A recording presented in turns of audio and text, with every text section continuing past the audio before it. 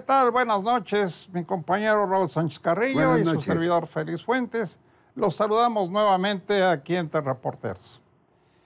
Y como dijo el señor presidente de la República, en días recientes, la delincuencia, los robos y tantos ilícitos que se dan en nuestro país han ido en aumento. Y todas las medidas que ha tomado el gobierno peñista no han sido suficientes para contener esa ola de ilícitos en nuestra República y quién sabe cuántos años haya que transcurrir para que esto se termine. Hemos tenido ilícitos realmente preocupantes, como son los robos a ferrocarriles y el descarrilamiento de los mismos para que muchas personas se apoderen, se hagan de maíz, de trigo y de frijol, porque lo necesitan para comer, y entonces ponen obstáculos en las vías de los trenes, de los ferrocarriles, para lograr el descarrilamiento. Luego, en los robos de los combustibles, nada más les voy a dar un dato. Cuando empezó el gobierno de Vicente Fox, hubo 15 extracciones clandestinas de gasolina.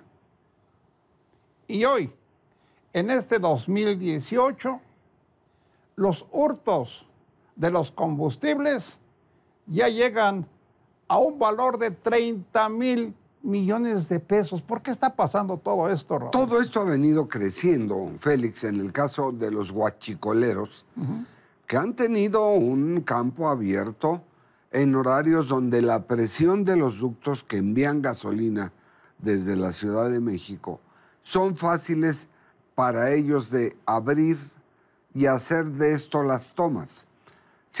Hay más de 400 vehículos, tipo camioneta, sea pick-up, sea van, donde meten los bidones de gasolina robada y los llevan a donde las compran gasolineras que obviamente están siendo investigadas por el SAT porque no presentan una factura ni del número del camión de Pemex que descargó X cantidad de combustible y lo venden en todas sus modalidades, Magna, Premium, Diesel. Eso es en el caso de huachicoleros. En otros casos de delincuencia, para mí toda ya es una delincuencia organizada.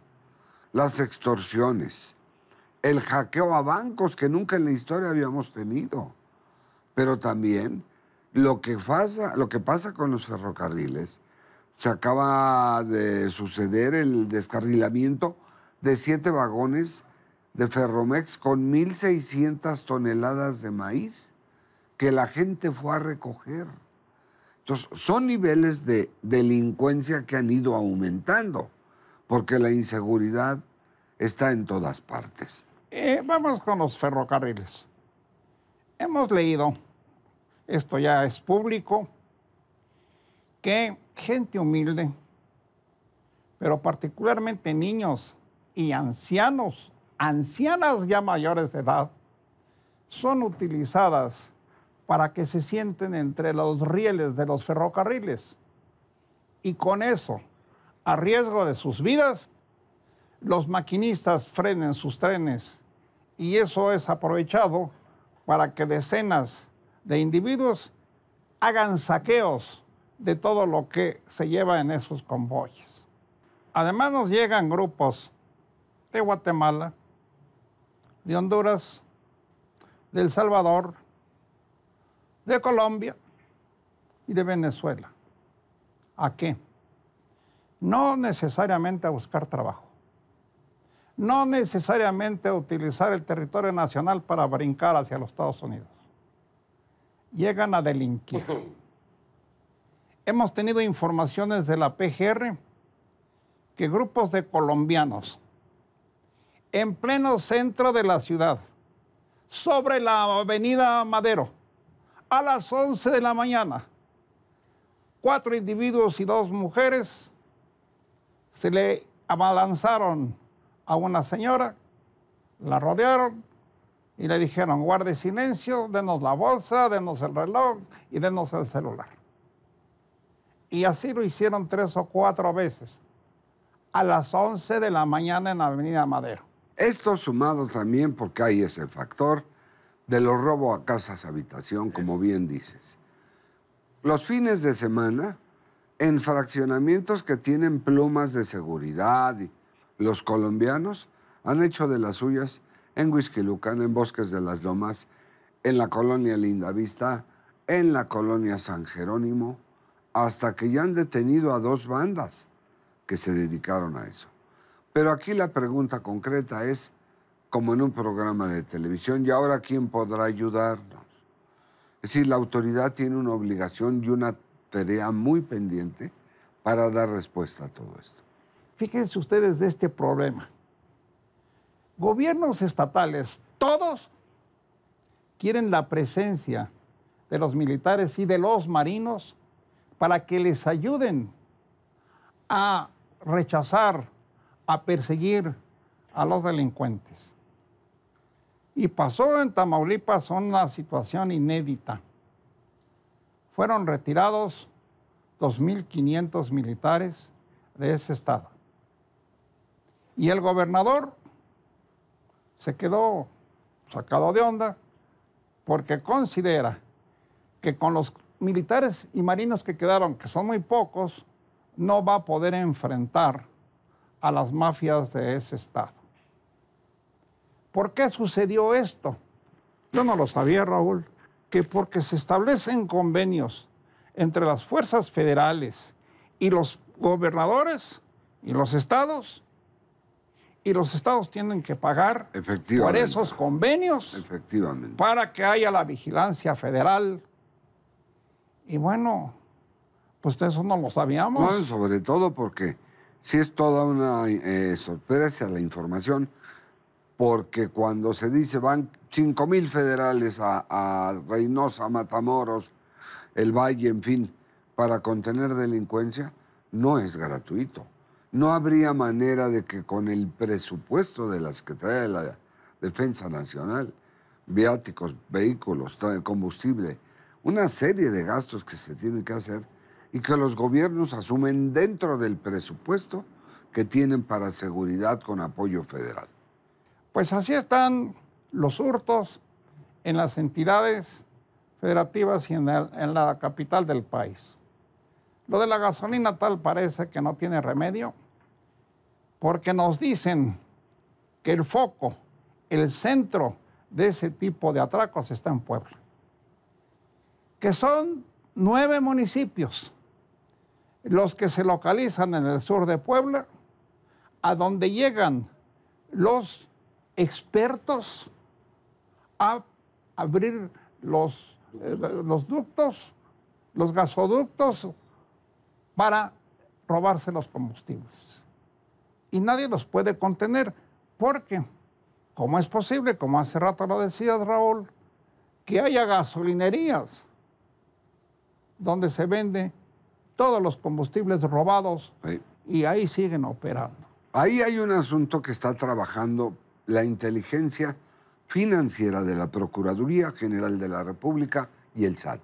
La huella del dinero te lleva a donde esté. La delincuencia organizada operando, los guachicoleros operando, pero también los propietarios de gasolineras que compran combustible sin factura. Y luego tenemos lo del hackeo. Bueno, para nosotros, mucha gente, pues nunca habíamos oído que en los bancos de México hubiera hackeos.